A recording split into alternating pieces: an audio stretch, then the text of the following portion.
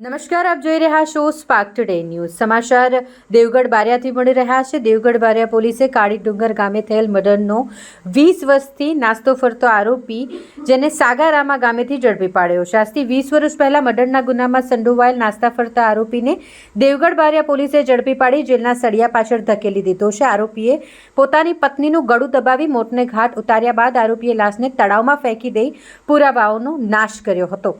જે અંતર્ગત જે આરોપી છે તે છેલ્લા 20 વર્ષથી પોલીસ પકડથી દૂર હતો. તેને આખરે દેવગઢ બારિયા પોલીસે સાગારામા ગામથી ઝડપી પાડ્યો છે. 2004માં શાંતાભાઈ રત્નાભાઈ કોળી નામના મહિલાના તેમના પતિ રત્નાભાઈ કોળી નાઓએ દ્વારા હત્યા કરવામાં આવેલ હતો. આ હત્યા કરવા બાદ લાશને કાળી ડુંગરી તળાવમાં ફેંકી દઈ પુરાવાનો નાશ કર્યાની કામગીરી હીરાભાઈ દેસિંગભાઈ નાયક સંડોવાયેલ હતા, જે છેલ્લા 20 વર્ષથી નાસ્તા ફરતા આરોપી હતા.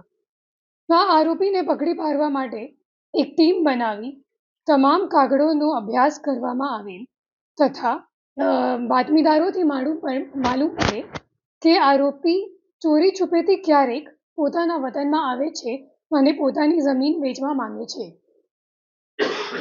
જેથી પોલીસ દ્વારા ડમી જમીન દલાલ અથવા ડમી ગ્રાહક બની છટકું ગોઠવી તેમના સગા સંબંધી દ્વારા તેમને બોલાવતા પકડી લેવામાં આવેલ છે.